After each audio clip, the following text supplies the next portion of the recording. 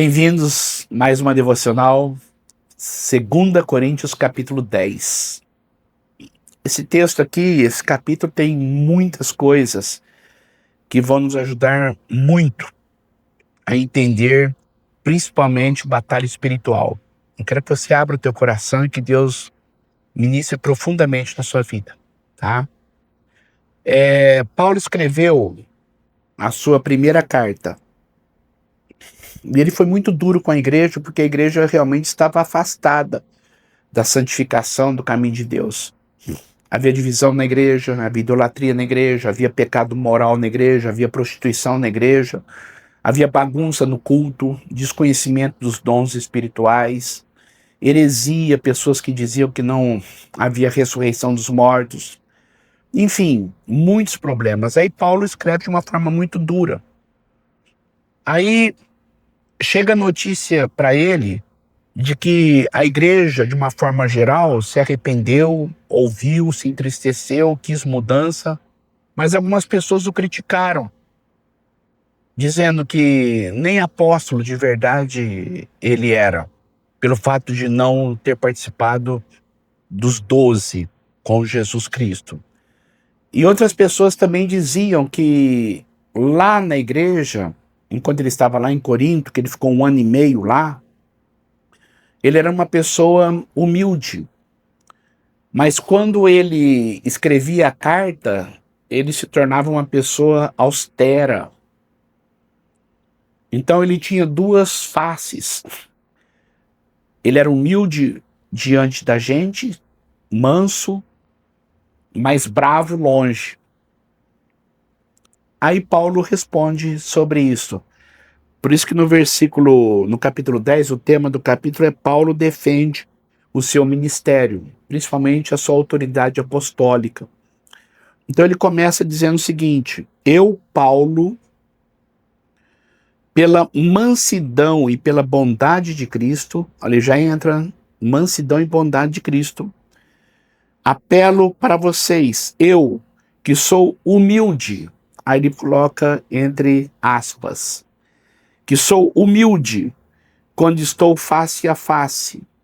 Aí com vocês dizem que eu sou humilde, mas audaz, entre aspas, quando estou ausente. É um tapa com luva de pelica, né? Como se Paulo dissesse o seguinte: vocês dizem que eu sou humilde quando estou aí, e audaz, austero, bravo, quando estou longe. Eu rogo a vocês que, quando estiver presente, não me obriguem a agir com audácia. Quando eu estiver presente, não me obriguem a agir com audácia, tal como penso que ousarei fazer. Eu estou pensando mesmo em ser audaz, em ser austero, em ser bravo, porque vocês estão precisando. Para que alguns que acham que procedemos segundo os padrões humanos. Ou seja, as pessoas estavam dizendo que ele era uma pessoa falsa, que ele era uma pessoa que passava uma imagem, mas que de fato ele se escondia atrás das cartas e de longe ele tinha autoridade, mas ali perto ele não tinha coragem de falar as coisas. Olha só o que falaram de Paulo. Então, ele diz no versículo 3, e aqui entra uma coisa muito importante sobre batalha espiritual. Paulo usa esse contexto de pessoas falarem mal por trás, e principalmente de acusar as pessoas a ter duas caras, a não ter autoridade, ou não se submeter à autoridade, falar mal por trás, enfim, todas essas coisas que nós conhecemos, que existem. Falsidade acima de tudo. Aí ele coloca no versículo 3, eu quero que você preste muita atenção nisso, porque esse aqui é uma chave para nós vencermos as batalhas espirituais. O império das trevas, Satanás, seus demônios que nos atacam no âmbito espiritual e acaba afetando todas as áreas de nossas vidas se nós não tomarmos cuidado. Então Deus aqui escancara um modo modo operandi, ou modo como o diabo age, a maneira como ele age nos filhos de Deus. Então preste muita atenção no versículo 3. Pois, embora vivamos como humanos ou como homens, não lutamos segundo os padrões humanos. A nossa luta não é humana, a nossa luta é espiritual. As armas com as quais lutamos não são humanas. Ao contrário, são poderosas em Deus, armas espirituais vindas de Deus, para destruir fortalezas. Para destruir fortalezas. O que são fortalezas? São muros, são muralhas, são mentiras que são colocadas em nossas vidas e nós damos como verdade. E isto, com os anos, vão se tornando uma verdadeira fortaleza que nos impedem de viver a vida abundante que Deus tem para nós.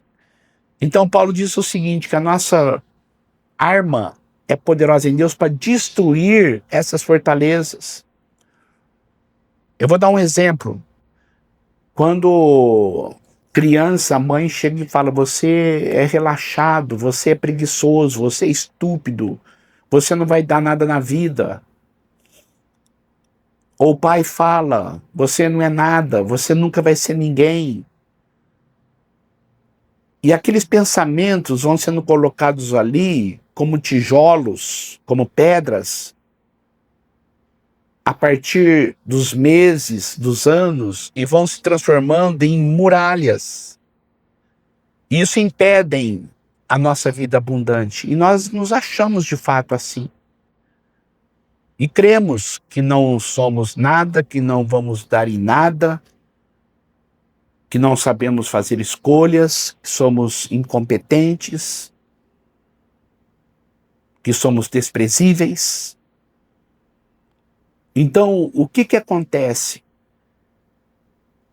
As armas que Deus tem nos dado são poderosas para destruir estas fortalezas. E o versículo 5, destruímos argumentos, destruímos sofismas, argumentos falsos e toda pretensão que se levanta contra o conhecimento de Deus.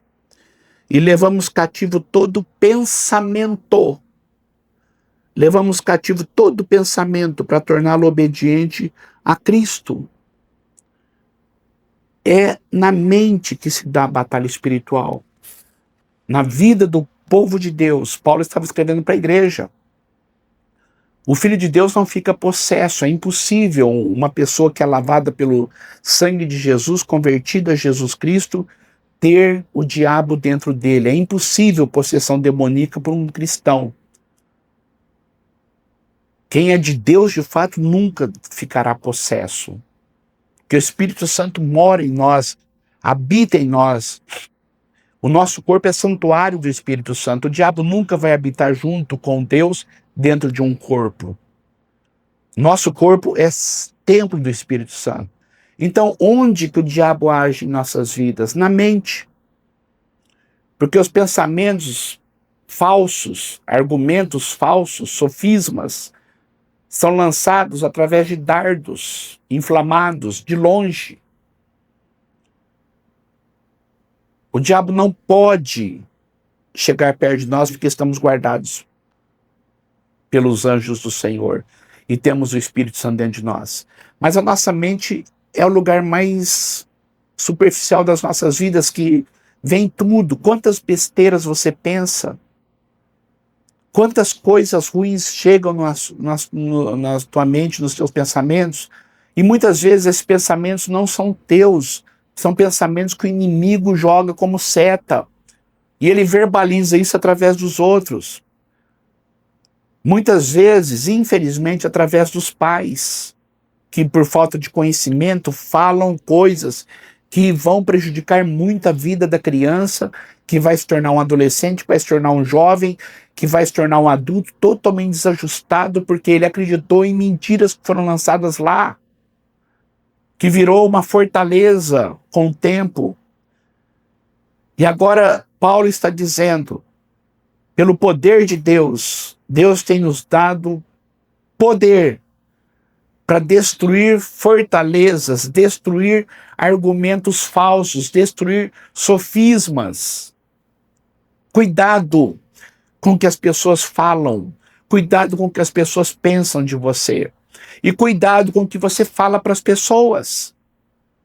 Cuidado com a maneira como você se comunica com os outros. Precisamos aprender a filtrar, principalmente saber quem eu sou em Cristo. Eu sou um pecador, sim, mas um pecador perdoado.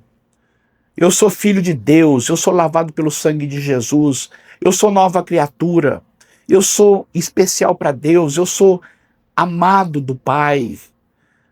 Eu cometi erros no passado, mas eu não sou um erro. Eu sou de Deus. Então destrua, pela graça de Deus, todas as fortalezas que foram colocadas na tua vida. Principalmente você tendo convicção da tua identidade. Quem eu sou.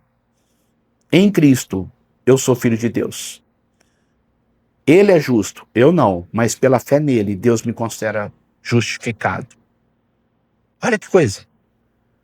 Anulamos toda arma forjada do inferno contra nós, sofismas, argumentos falsos e mentiras. Olha a importância de você entender isto. Olha como é importante eu estudar a Bíblia, como é importante eu entender a palavra. Como é importante, porque tem muita gente que não deslancha na vida, porque continuam acreditando em mentiras. E essas mentiras são quebradas não é com o poder humano, não, é com o poder de Deus, pela palavra de Deus, que é a verdade, quando ela entra no nosso coração pela fé. Aí somos libertos. Ele continua no versículo número 5. E estaremos prontos para punir todo ato de desobediência, uma vez estando completa a obediência de vocês. Nós conseguimos, então, mudar de vida a partir do momento quando nós descobrimos quem de fato nós somos. Eu posso obedecer a Deus, eu posso ser uma pessoa que Deus deseja que eu seja, a partir do momento que eu mudo a minha maneira de pensar. Isso se chama renovação da mente. Romanos capítulo 12, versículo 2 diz: não se amoldem a este mundo, não se conformem com esse século, mas transformem-se pela renovação da mente. Não se conformem, mas transformem pela renovação da mente. É quando eu destruo essas fortalezas, quebro esses argumentos falsos, destruo esses sofismas pelo poder de Deus. É Deus que faz isso. Pela fé, quando a verdade ocupa o lugar em nossos corações. Então Paulo está dizendo o seguinte: cuidado com a falsidade. Cuidado em falar mal por trás. Cuidado. Não entre nesse campo. É um campo que não é de Deus. Versículo 9. Não quero que pareça que estou tentando amedrontá-los com as minhas cartas. Primeira carta. Eu não quero que vocês fiquem com medo. E nem pensem que eu estou tentando amedrontá-los. Olha só as coisas que parecem. Muitas vezes não são. Querido, sabe o que mais falta em nossas vidas? Preste atenção no que eu vou dizer para você. Comunicação. Às vezes, muitos problemas no casamento se dão por falta de comunicação. Comunicação clara. Às vezes eu acho, penso, e não é. Mas o diabo insiste em colocar mentiras na minha cabeça porque o sofisma é uma mentira que parece verdade. Lembra daquele reclame do Denorex, aquele shampoo anti-caspa? Parece remédio, tem cheiro de remédio, mas não é remédio. Então parece, mas não é. Isso é um sofisma. Parece verdade, tem cheiro de verdade, tudo me diz que é verdade, mas é uma tremenda de uma mentira. Isso é um sofisma. Então, às vezes, você pensa que a pessoa está falando de uma forma, você pensa que ela está agindo de uma forma. Por que que você não fala com ela na luz? Confronta e pergunta. Você vai se surpreender. Porque se de fato houver pecado aí, ela vai ser confrontada e ela pode se desculpar, pedir perdão. Ou ela pode dizer, não, pelo amor de Deus, eu nunca pensei em fazer isso com você. Me perdoe se eu passei isso. E vai resolver o problema. Deus age na luz e não nas trevas. É por isso que Paulo está dizendo aqui, ó, a gente tem que agir na luz. A gente tem que aprender a confrontar as pessoas com amor, para zelar pela unidade, zelar por estarmos juntos, somos uma família, precisamos lutar por essa família, que é a igreja, precisamos lutar por nossa família, nosso casamento, nossos filhos. Então cuidado com o que parece, tá? Cuidado. E ele continua, pois alguns dizem, as cartas dele são duras e fortes, mas ele pessoalmente não impressiona, e a sua palavra é desprezível. Palavras fortes, né? Estavam falando por trás. Então Paulo estava colocando aqui o seguinte, assim, aprendam a ser pessoas sinceras. Aprendam a ser pessoas que andam na luz. Aprendam que existe uma batalha espiritual sendo travada, que muitas vezes você cai e você se distancia de Deus sem perceber que o diabo está te enganando através de pensamentos falsos. Este é o campo de batalha espiritual, os nossos pensamentos. E ele termina no versículo 17, ele diz assim, contudo, quem se gloriar, glorie-se no Senhor. E o 18, pois não é aprovado quem a si mesmo se recomenda, mas aquele a quem o Senhor recomenda. Falando sobre o orgulho, de pessoas que se acham, também é outro ponto que separam-nos de Deus. Dois campos de batalha espiritual, tá? O sofisma e o orgulho, a pretensão, como diz aqui. Levando cativo todo pensamento para que toda pretensão humana não nos afaste de Deus. Então, cuidado para você não ser uma pessoa orgulhosa, que você começa a se recomendar, você começa a se elogiar. Como diz lá em Provérbios, deixe que outro faça isso, não você. Se você tem qualidades, deixa que outros descubram isso, te elogiem, mas não você. O que eu tenho é por causa de Deus. E eu vou me gloriar em Deus. Então, humildade e verdade são as armas da nossa luta espiritual. Sempre tenha humildade para você pegar todo orgulho e colocar cativo na obediência de Jesus e ser uma pessoa humilde. Toda verdade para destruir esses argumentos falsos. Ou seja, quanto mais perto da luz você estiver, mais claro você vai ver a vida como ela é, você e as pessoas. E você vai confrontar as pessoas na verdade. Guarda isso no seu coração. Medite com carinho esse texto, que eu creio que Deus vai falar muito com você. Principalmente através dessa palavra de fortalezas, ideias falsas que foram lançadas sobre a sua vida, às vezes lá na infância, que até hoje estão muito vivas aí.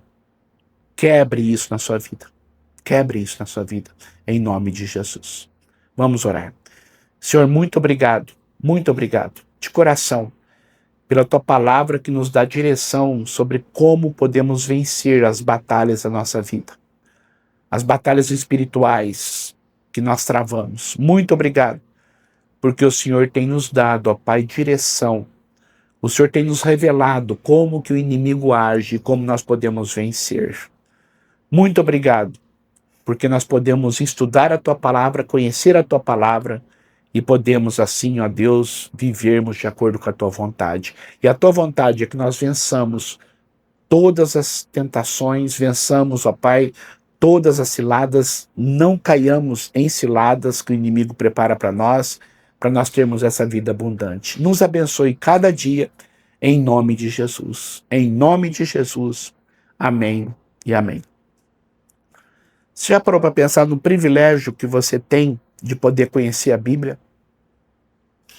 Continue firme, tá? Continue firme. Muitas coisas Deus vai estar, de uma forma muito clara, revelando a você nessas devocionais. Continue alimentando a tua fé. Continue fortalecendo a tua vida espiritual através da palavra e da oração. Faça da tua vida uma comunhão com Deus através de uma devocional diária, Bíblia e oração. Isso vai te fortalecer de uma forma exponencial. Você vai ficar forte, você vai vencer as tentações, você vai descobrir os erros, você vai se fortalecer a cada dia. Então continue firme, tá? É o apelo que eu faço para você. Deus abençoe muito e até amanhã, se Deus quiser.